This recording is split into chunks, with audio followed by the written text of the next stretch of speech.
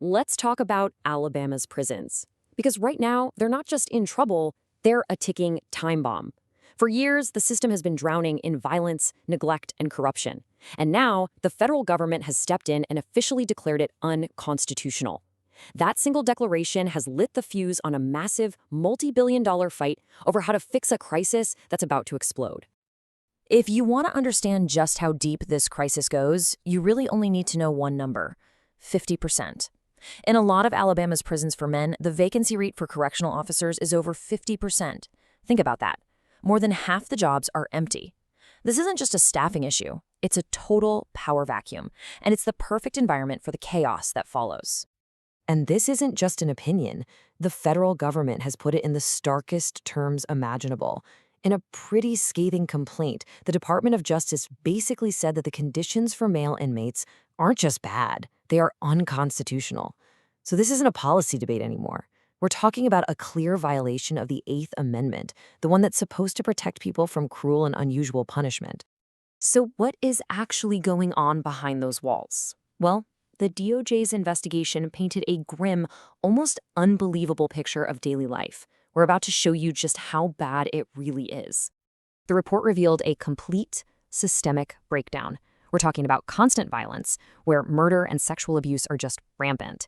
Even the staff who are supposed to be providing security are accused of widespread excessive force.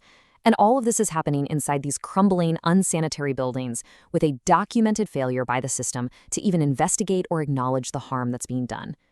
The key thing here is that this isn't just one problem. It's the total collapse of the system's most basic functions. And if you need to see it to believe it, look at this. This chart is straight from the DOJ's report. It shows a terrifying spike in reported sexual assaults in just 2 years.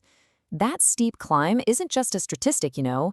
Each one of those data points represents a real person subjected to horrific violence inside a state-run facility. It's just undeniable proof of a crisis that is spiraling completely out of control. So, in response to this damning federal report, what did Alabama do? They unveiled a monumental plan, the Alabama Prison Transformation Initiative. It's a massive, multi-billion-dollar proposal. But here's the thing, it's not centered on reforming people or policies. It's about pouring concrete. So how in the world do you sell a multi-billion-dollar plan like this? Well, you focus on efficiency. The state is promising that these shiny new prisons, with their modern layouts and tech, will practically pay for themselves. They're projecting almost $40 million in savings every single year, mostly by needing fewer officers and cutting that crippling overtime budget. And they're not just selling new prisons, they're selling a whole new way of doing business. They're telling taxpayers and the courts, look, trust us, this time it's going to be different. We've got a smarter, faster, cheaper way to build that shifts all the risk away from the state. It's a pitch that's designed to sound like a clean break from a really long history of failure. This quote from the Alabama Department of Corrections' own booklet really boils their entire philosophy down. The way they see it, the problem isn't the culture, it's the architecture. So the solution? Just build bigger, better buildings and let the design itself solve these really deep-seated issues of violence and understaffing. But, as you can probably guess, not everyone is convinced. Critics have raised a pretty fundamental question. Can new buildings really fix what so many people see as a deep-seated cultural sickness inside the system? Or are these just, as some have called them, shiny new cages? And here's the real twist. The sharpest criticism actually comes from the very same Department of Justice that sued the state in the first place. The DOJ explicitly warned Alabama that new facilities alone will not solve the core problems. They point to a toxic culture, corruption, and massive management failures as the root causes. You know, the kind of issues that can easily move right into a brand new multi-billion-dollar building. In fact, this isn't the first time Alabama has tried to build its way out of a crisis. I mean, just look at this timeline. Back in '76, a federal court found the prisons unacceptable. The state's response? Between '78 and '84, they built 5 new prisons. But then, fast forward to the 2000s, and the lawsuits started piling up all over again, leading right to the DOJ's 2019 finding that, surprise, things were unconstitutional. History shows a really clear pattern here. New buildings have not been a permanent solution. The justice reform group Alabama Appleseed puts a really fine point on that history. Their analysis concluded that the last building boom, it didn't fix the violence or any of the underlying issues. It just created more space to lock up more people, which ultimately exposed 6 times as many Alabamians to the very same harmful conditions.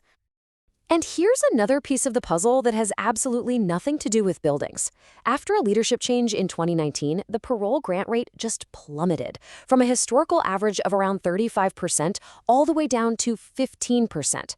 This one policy decision created a massive backlog, trapping thousands of people who were eligible for release, and it just poured fuel on the fire of overcrowding. So, with a controversial history and a really questionable premise, it was probably only a matter of time before the state's grand construction plan ran into major trouble. And it did, on 2 fronts: fierce opposition from local communities and a spectacular collapse in its financing. Residents in the small towns where these mega prisons were supposed to go, places like Tallahassee and Briarfield, they organized to fight back. They weren't buying the promises of an economic boom. Instead, they saw these huge facilities that would totally overwhelm their small town infrastructure, damage their environment, and just change their communities for the worse, all without any real guarantee of the jobs they were promised. And then the whole thing just came crashing down. The pressure started on Wall Street. Activists called out the lead underwriter, a bank called Barclays, for hypocrisy. They pointed to the bank's own pledge to stop funding private prisons. The bank got nervous, tried to shrink the deal, but the pressure was just too much. In the end, they pulled out completely. And just like that, the multi-billion-dollar financing plan was dead in the water. So all of this leaves Alabama right back where it started, with a prison system that's been declared unconstitutional by the federal government and a deep, unresolved fight over what the real problem even is, let alone how to solve it. So the crucial point here is this. It all boils down to 2 fundamentally different diagnoses of the same disease. On one hand, the state sees a hardware problem, old buildings that they believe can be fixed with new construction. But on the other hand, critics see a software problem, a toxic culture and broken policies that they fear will simply infect any new building you put it in. And that leaves us with the central question at the heart of Alabama's crisis, a question that has no easy answer. When a system is this broken, where do you even begin? Do you tear down the building?